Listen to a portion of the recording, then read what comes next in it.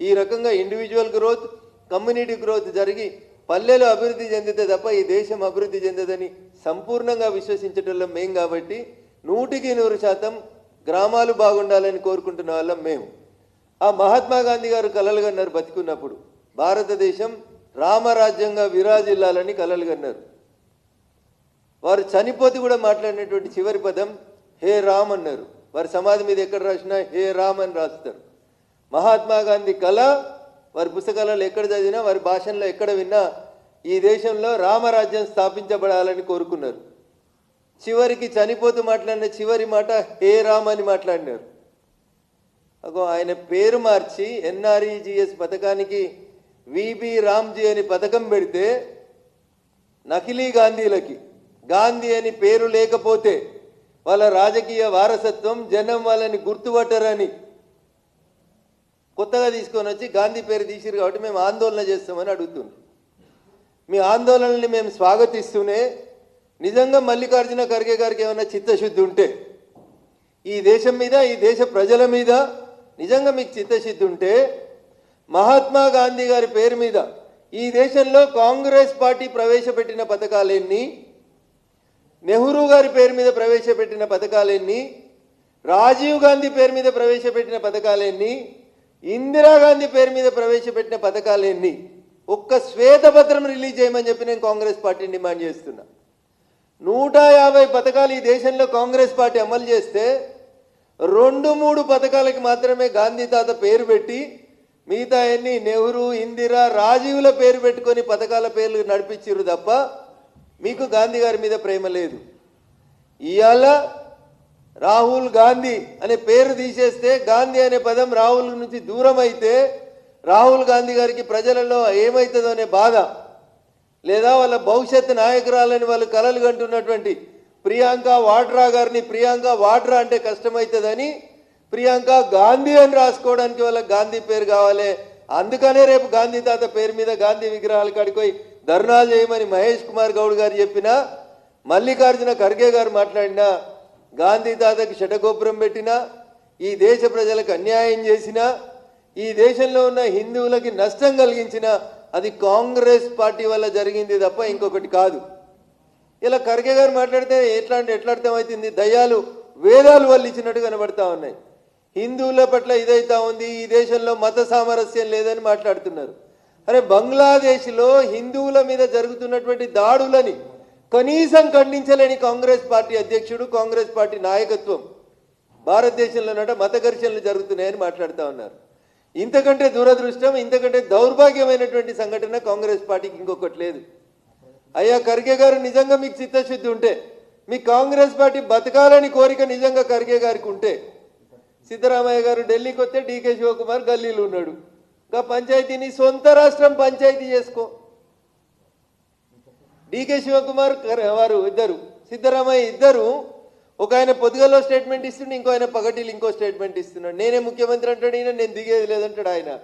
నీ సొంత రాష్ట్రం కదా ఖర్గే గారు, నీ సొంత రాష్ట్రాన్ని కాపాడుకో. రేపు ఎన్నికలు వస్తే ఏమవుతుందో చూసుకో నీ సొంత రాష్ట్రంలో కాంగ్రెస్ పార్టీ పరిస్థితి. వీళ్ళు వచ్చేట మహాత్మా గాంధీ గారి పేరు మీద మేము దేశవ్యాప్తమైన ఆందోళనలు చేస్తాం. మీరు చాలా రకాలైనటువంటి ఆందోళనలు చేశారు. మీరు ఎన్ని ఆందోళనలు చేస్తే మీ పార్టీ అన్ని చోట్ల ఎక్కువగా ఓడిపోతూ వస్తూ ఉంది. ఓటు చోరీ అన్నారు, బీహార్ తర్వాత ఓటు చోరీ బంద్ అయిపోయింది. సర్ అన్నారు, సర్ బంద్ అయింది. మళ్ళీ ఇప్పుడు ఏమైనా వెస్ట్ బెంగాల్, తమిళనాడు ఎన్నికలు వస్తుంటే అప్పుడు ఏమైనా లొల్లి పెడతారేమో తెలియదు.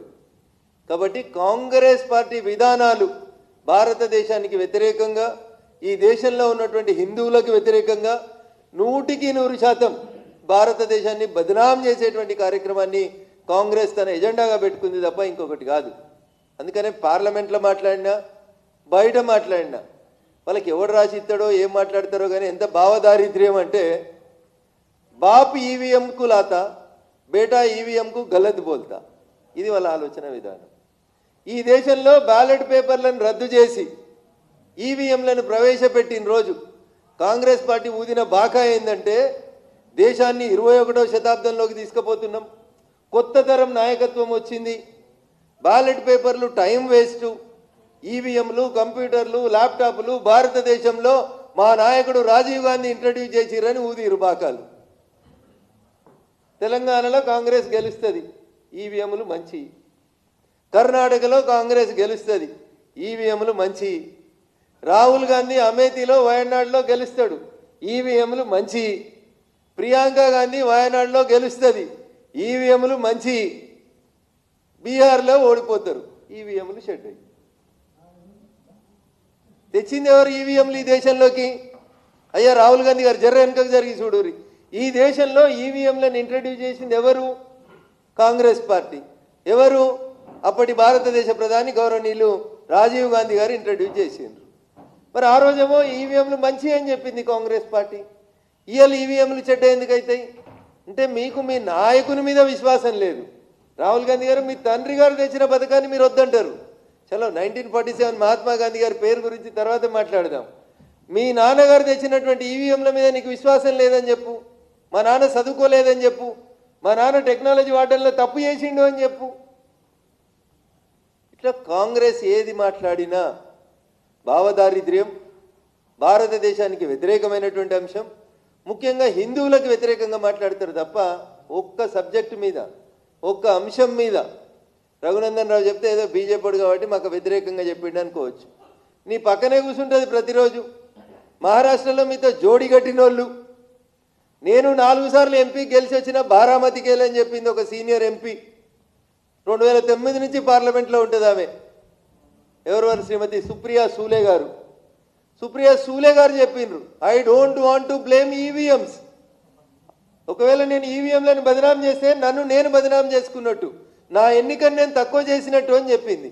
ఇక మరి మీకు ఎప్పుడు అర్థమవుతుంది కాంగ్రెస్ పెద్దలారా? ఒకసారి ఆలోచించారు. అందుకని మీరు అప్డేట్ గంటికి వచ్చాను. దయచేసి రాజీవ్ గాంధీ గారు అప్డేట్ ఇచ్చినటువంటి కంప్యూటర్లని ఇంకొంచెం అప్డేట్ చేసుకొని కొంచెం టెక్నాలజీని వాడుకుంటే బాగుంటుంది అనేది నేను వారికి సందర్భంగా సూచిస్తూ, పేరులో కాదు పథకంలో మేము తెచ్చినటువంటి మార్పుల మీద మీరు ఏమైనా సృజనాత్మకమైనటువంటి సలహాలు ఇవ్వండి అంటే పార్లమెంట్లో పేరు మార్చిర్రు అని లొల్లిపెట్టిర్రు తప్ప పథకంలో వచ్చినటువంటి మార్పులు ఏంది, దానివల్ల కలిగే లాభ నష్టాలు ఏంది అనేటువంటి అంశం మీద చర్చ జరపడానికి కాంగ్రెస్ పార్టీ ఇంట్రెస్ట్గా లేకపోవడం అనేది నిజంగా బాధాకరమైనటువంటి విషయం. అందుకని నేను మళ్ళీ చెప్తా ఉన్నా, నిజంగా మీకు చిత్తశుద్ధి ఉంటే బంగ్లాదేశ్లో హిందువుల మీద జరుగుతున్నటువంటి దాడులను ఖండించండి. మీద కానీ వాటి గురించి మాట్లాడారు. ఎక్కడైనా బ్యాలెట్ పేపర్ మీద ఎన్నికలు జరిగి మేము గెలిస్తే దాన్ని కూడా వాళ్ళకి జీర్ణించుకునేటువంటి శక్తి లేదు. అందుకని కాంగ్రెస్ అంటేనే ఒక ఫెయిల్యూర్ పదార్థంగా మిగిలిపోయింది. కాంగ్రెస్ అంటేనే ఒక గ్రూప్ ఆఫ్ పీపుల్, ఒక అభిప్రాయం మీద ఉండరు. విభిన్న అభిప్రాయాలు, విభిన్న దారులు, విభిన్న తొవ్వలు.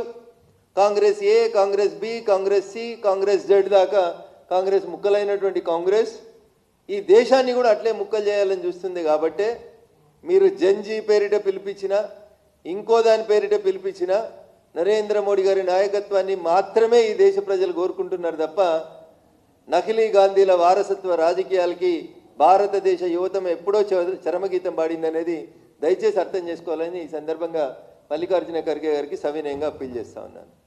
Thank you. ఇంతకుముందు MGNREGS పేరు మీద గ్రామ పంచాయతీలలో ఉన్నటువంటి అకౌంట్లన్నింటినీ భారత పార్లమెంట్ చట్టం చేసింది కాబట్టి వారం 10 రోజులలో అకౌంట్లన్నీ విబి రామ్జీ అకౌంట్లుగా మార్చబడతాయి. ఎందుకంటే భారత పార్లమెంట్ చేసినటువంటి చట్టం కాబట్టి ఖచ్చితంగా అన్ని పంచాయతీలకి దేశవ్యాప్తంగా ఒకే చట్టం ఒకటే అమలు అవుతుంది. కాబట్టి MGNREGS ఖాతాలన్నీ విబి రామ్జీ ఖాతాల కిందనే మార్చబడతాయి.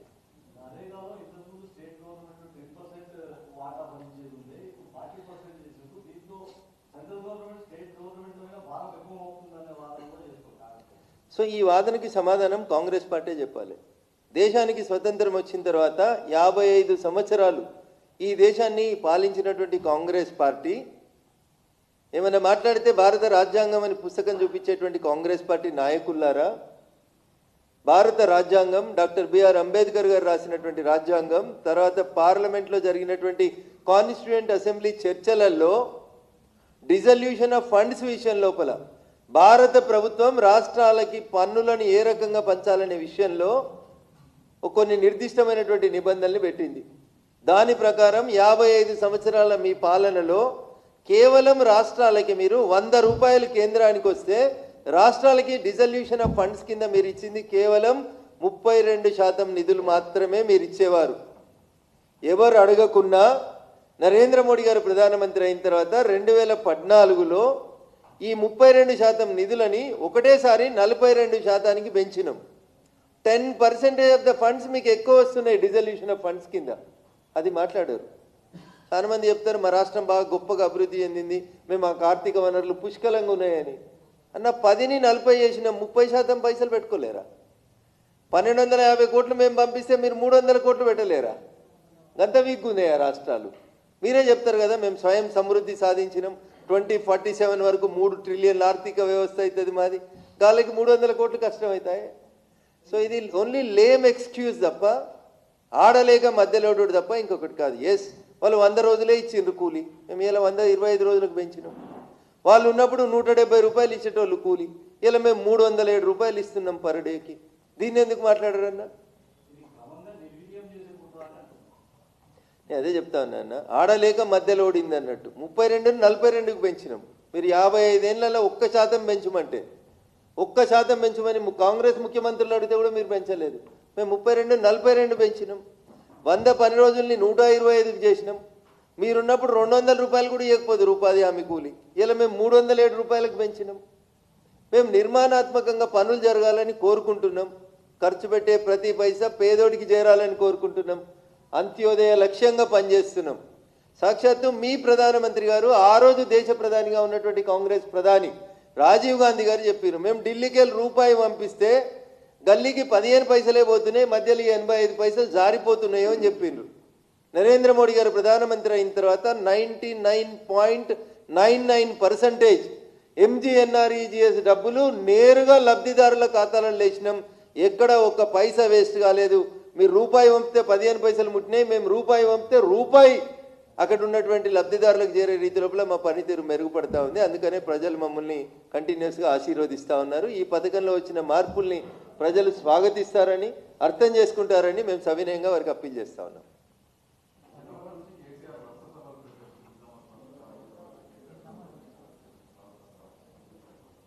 సో 2 సంవత్సరాలు గడిచిన తర్వాత బావా బామ్మర్దులు మధ్యలో కూతురు పంచాయతీ ఇవన్నీ చూసిన తర్వాత రాష్ట్రంలో బీఆర్ఎస్ సర్పంచ్ ఎన్నికలలో 100 నుంచి 30కి పడిపోయిన తర్వాత ఏం చేయాలనో అర్థం కాక మళ్ళీ అందరు పోయి కేసీఆర్ని తీసుకొచ్చి ఏదో ప్రెస్ మీట్ పెట్టి ఇచ్చారు తప్ప దాంతో ఫలితం ఉంటుందని నేను అనుకోవట్లేదు. 10 సంవత్సరాలు మీరు ముఖ్యమంత్రి, తెలంగాణ ఉద్యమం జరిగినప్పుడు ఏడపోటీ చేయాలనో మీకు అర్థం కాక మీరు పాలమూరు పోతే పాలమూరు వాళ్ళు మిమ్మల్ని ఆదరించి 5 సంవత్సరాలు ఎంపీ చేసిండ్రు. 5 సార్లు పోలే నువ్వు పాలమూరుకి, 5 సార్లు పార్లమెంట్లో పాలమూరు సమస్యలు మాట్లాడలే. 10 ఏళ్ళు ముఖ్యమంత్రిగా ఉన్నారు మీరు. 10 సంవత్సరాలు మీరే ముఖ్యమంత్రి, తెలంగాణ రాష్ట్రానికి తొలి ముఖ్యమంత్రి అని రాసుకుంటారు. 10 ఏళ్లలో పాలమూరుకి ఇచ్చిన పైసలు ఎన్ని, గజ్వేల్ సిద్దిపేట సిరిసిల్లకి ఇచ్చిన పైసలు ఎన్నో ఒక శ్వేతపత్రం ఇవ్వమన్నారు సభలు పెట్టే కంటే ముందు. పైసలు ఉన్నాయి, 1000 కోట్ల రూపాయలు ఉన్నాయి. పన్నులు ప్రజల దగ్గర నుంచి వసూలు చేసుకున్న పార్టీ ఫండ్ ఉన్నది, పెడతారు సభలు. ఏమైతే అన్న జూబ్లీ హిల్స్లో కూడా పెట్టిర్రు, కంటోన్మెంట్లో కూడా పెట్టిర్రు, అయినా ఏం కాలేదు. రేపు కూడా ఏం వాళ్ళతో అవుతుందని నేను అనుకోవట్లేదు.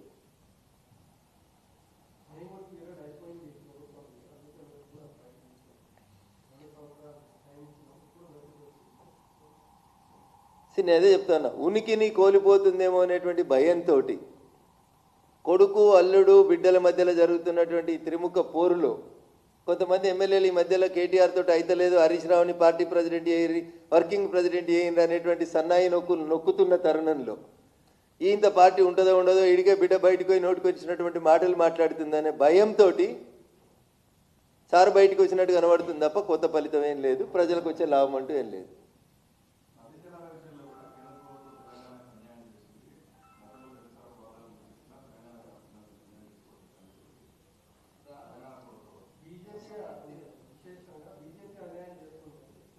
సో అట్లా మాట్లాడితేనే మిమ్మల్ని బయటికి రాకుండా ఫామ్ హౌస్లో బంధించారు ప్రజలు. భారతీయ జనతా పార్టీ మీద, నరేంద్ర మోడీ గారి నాయకత్వం మీద విమర్శలు చేయాలనుకుంటే అది సూర్యుని మీద ఉమ్మేసినట్టే అవుతుంది తప్ప ఇంకొకటి కాదు. మేము ప్రజల పక్షాన్ని ఉన్నాం కాబట్టే నరేంద్ర మోడీ గారి నాయకత్వాన్ని తెలంగాణలో కూడా చివరికి బీజేపీ అంటే పట్నమూల పార్టీ, చదువుకున్న వాళ్ళ పార్టీ కాడికి వెళ్ళి ఇలా పంచాయతీలలో సర్పంచులు, ఉప సర్పంచులు, వార్డు మెంబర్ల కాడికి గెలిచే స్థాయికి పార్టీ పోయినాయి పునాదులు. అర్థం చేసుకోరు మేము ఎక్కడికి పోతున్నాం. మీరు 100 నుంచి 30కి దిగజారిర్రు, మేము 0 నుంచి 35 దాకా ఎదిగినాం. ఇది ఇంకో 3 ఏళ్ళలో ఎడిగిపోతుంది అనేది ఒకసారి ఆలోచించుకోరు. The ratio and the rate how they are decreasing and the ratio and the rate how we are increasing అనే చూడండి. ఉదాహరణకు నా మెదక్ పార్లమెంటే తీసుకోండి, దగ్గర 85 మంది సర్పంచులు గెలిచిరు బీజేపీ వాళ్ళు, ఒక్కరు కూడా 40 ఏళ్ళు దాటలే. న్యూ జనరేషన్, యంగ్ జనరేషన్ అంతా జీరో పాయింట్లు వేసుకున్న పిల్లలే వచ్చేసారు. 100 మంది ఉప సర్పంచులు గెలిచిరు, దగ్గర 500 మంది వార్డు మెంబర్లను గెలిచినాడు ఆ మెదక్లో. నేను మెదక్ ఎంపీ గెలిచిన రోజు నా దగ్గర ఎంతమంది సర్పంచులు ఉన్నారో మీకే తెలుసు లెక్క. నేను మెదక్ ఎంపీ గెలిచిన రోజు 7 ఎమ్మెల్యేలలో 6 టీఆర్ఎస్ వాళ్ళు ఎమ్మెల్యేలు, 1 కాంగ్రెస్ ఎమ్మెల్యే, మాకు ఒక్క సర్పంచ్ లేరు ఆ రోజు. ఈరోజు గర్వంగా చెప్తే నేను మా మెదక్ పార్లమెంట్ పరిధిలో భారతీయ జనతా పార్టీ వేసి నేను బీజేపీ అని చెప్పుకునేటువంటి యువకులు 85 మంది సర్పంచులు గెలిచిర్రు, 100 మంది ఉప సర్పంచులు గెలిచిర్రన్న. This is the progress of Bharatiya Janata party in Telangana. 10 ఏళ్ల కింద మీరు టీఆర్ఎస్ రెండోసారి అధికారంలోకి వచ్చినప్పుడు ఏ ఊర్లో చూసినా సర్పంచ్ ఎవరంటే టీఆర్ఎస్ సర్పంచ్ అనే చెప్పారు. 1, 2 ఏమైనా కాంగ్రెస్, 1, 2 ఎక్కడైనా బీజేపీ ఉంటుండే. అట్లాంటి మీరు ఇవాళ ఏడికి వచ్చారు 30% పడిపోయినరు. వాళ్ళు చెప్తున్న లెక్కలే, కాంగ్రెస్ టీఆర్ఎస్ చెప్తున్న లెక్కల ప్రకారమే టీఆర్ఎస్ 30కి పడిపోయింది, లేదా 35కు పడిపోయింది. 100 ఉన్నోడు 35కి వచ్చుడు గొప్పనా, 0 ఉన్నోడు 35కి ఎదగడం గొప్పనా అనేది మీరే ఆలోచించాలి.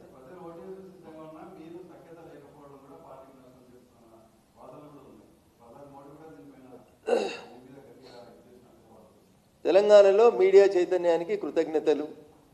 తెలంగాణలో ఉన్నటువంటి ఛానళ్ళు, తెలంగాణలో ఉన్నటువంటి పత్రికా యాజమాన్యాలు, వారికి ఉన్నటువంటి రాజకీయ చైతన్యానికి నేను మనస్ఫూర్తిగా వారిని అభినందిస్తా ఉన్నా. నరేంద్ర మోడీ గారు ఎంపీలతో మాట్లాడిన మాట వాస్తవం.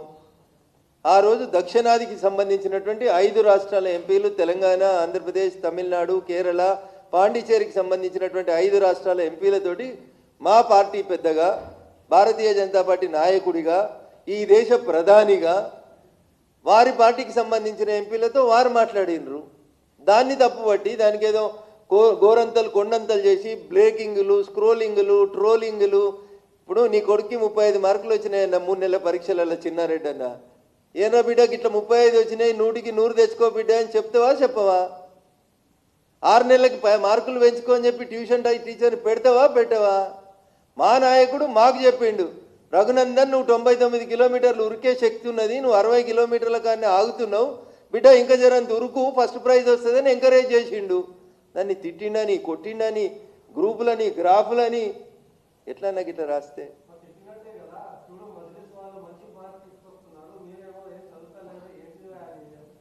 మజ్లీస్ తోటి కంపేర్ చేసింది. మజ్లీస్కి ఎన్ని ఎమ్మెల్యేలు ఉన్నారు, మజ్లీస్కి ఎన్ని ఎంపీలు ఉన్నారో మీకు తెలుసు. మజ్లీస్ తోటి కంపేర్ చేసింది ఏదో ఒక సందర్భంలో సోషల్ మీడియా గురించి ఒక మాట అన్నారు అంతే. దానికి మజ్లీస్ మాకంటే బాగా చేస్తుందని అనలేదు వారు. 100కి 100% మీడియాలో వచ్చినాయి 100% కరెక్ట్ కాదు. అందులో 100కి 100% మమ్మల్ని తిట్టడానికి మాత్రమే మేమంటే గిట్టని మీడియా మిత్రులు చేసినటువంటి కృషికి అభినందనలు.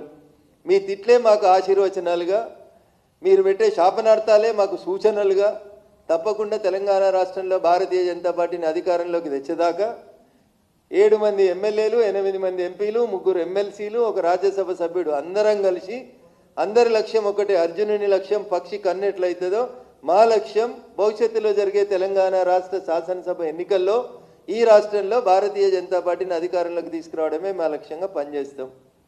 అందరూ ఒక రకంగా ఉండకపోవచ్చు, కొందరికి వెంట్రుకలు ఎక్కువ ఉండొచ్చు, కొందరికి వెంట్రుకలు తక్కువ ఉండొచ్చు, కొందరు బలంగా ఉండొచ్చు, కొందరు బక్కగా ఉండొచ్చు, కొందరు ఎత్తుగా ఉండొచ్చు, కొందరు పొట్టిగా ఉండొచ్చు. దాన్ని కూడా మీరు కంపేర్ చేసి రాస్తే ఎవరేం చేస్తారన్నా? సో ఇది మనిషి 140 కోట్ల మంది జనాలలో ఒకరిని పోలిన మనిషి ఒకరు ఉండరు కదన్న. 8 మంది ఎంపీలు ఒక రకంగా ఎట్ట కనబడతారన్న? మీకు కనబడరు. ఖచ్చితంగా ఉంటాయి తేడాలు. బాడీలో తేడా ఉంటుంది, భాషలో తేడా ఉంటుంది, ఆర్థికంగా తేడా ఉంటుంది, రకరకాలైనటువంటి తేడాలు ఉంటాయి. మీరు గా తేడాలని చూపిస్తారు. కానీ మా అందరి లక్ష్యం ఒకటే, అది కమలం గుర్తు. తెలంగాణ రాష్ట్రంలో అధికారంలోకి తీసుకురావడం తప్ప వేరే లక్ష్యం లేదు మాకు.